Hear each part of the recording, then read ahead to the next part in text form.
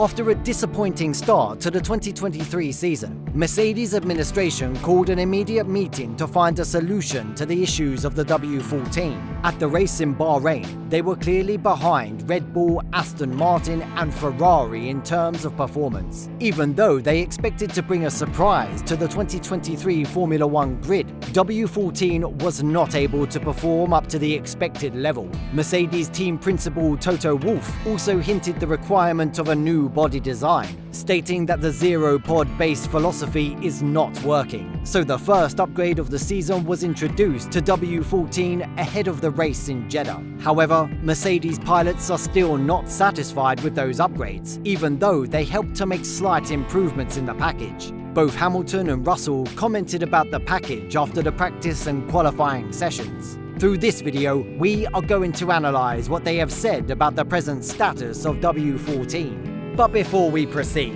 hit the subscribe button and smash the bell icon for more exciting updates. In an open letter to fans, Mercedes made it clear how disappointed they were during the Bahrain race. Since Bahrain, we have had open and honest discussions from which we started to plan our fight back. In the short term, leaving no stone unturned in the search for performance. In the longer term, focusing our development to determine how we get to the front, Wolff said. Toto Wolff also acknowledged that their defeat the previous year and their misinterpretations of their own data in the winter led in the wrong direction. He emphasized the need for a massive shift in their design philosophy right away, but it is not possible to introduce an entirely new chassis with cost cap limits, and now they are trying to change the philosophy as much as possible with the current one. Their main issue was with the high downforce deficit of the car relative to the rival Red Bull and Aston Martin. So their focus is mainly to improve the downforce to gain additional pace. However, the changes in Saudi Arabia will not be mega-scale upgrades. This weekend in Saudi Arabia, we will learn more about W14, its characteristics and its limitations. It provides a very different test to Bahrain, and it will be interesting to see how the car reacts. We are bringing some small developments to the car. They won't be game changers, but they can start moving us in the right direction, Mercedes team principal concluded. Just after the first two practice sessions, Hamilton was frustrated about W14 even after the upgrades introduced before the Saudi Arabian GP. Hamilton said, "Pretty much the same, a second off or whatever it was. But for me, I definitely struggled in the session. I struggled in both sessions. We just continue to go into the details, try to improve the balance of the car to make it easier to drive. It's just a tough car to drive, but I know everyone is working so hard back at the factory, but it's just a matter of time. We just have to be patient," he added further, admiring the effort made by the Mercedes engineers. Hamilton's performance in qualifying was strong enough only to P8, sandwiched in between Esteban Ocon's Alpine and debutant Oscar Piastri's McLaren. This was never a condition ever experienced by a Mercedes car 1 or 2 years back. Hamilton said, "I just struggled to extract the performance from the car. It's mostly me. And yeah, a little bit in the high speed, the car is a little bit unstable. My setup."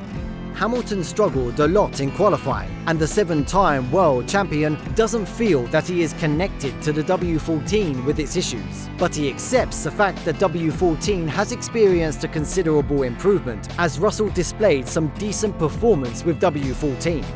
"I think the car is where it is. I mean, George did a great job. I'm pleased that he's right up there on the second row. The car's obviously got performance. I just don't feel connected to this car. No matter what I do, no matter what I change, I can't get confidence in it. Yeah, I'm just at a bit of a loss with it." However, Russell was pretty decent in both practice sessions, putting in some lap times which were strong enough for P5. After the practice sessions on Friday, Russell said, "I think you just can go out there and maximize the package you've got. Try and get the setup in the sweet spot. We know that we are not going to find a second overnight, as much as I would love to do that, and with all the hard work everybody is putting in. But we need to try and understand whether the new direction we are taking as a team is the correct one. That's for the guys and girls back at the factory, everybody here to unpick the data. But for me this weekend, and sort of the small group of engineers, we just go out there and try and maximize what we got," he added further.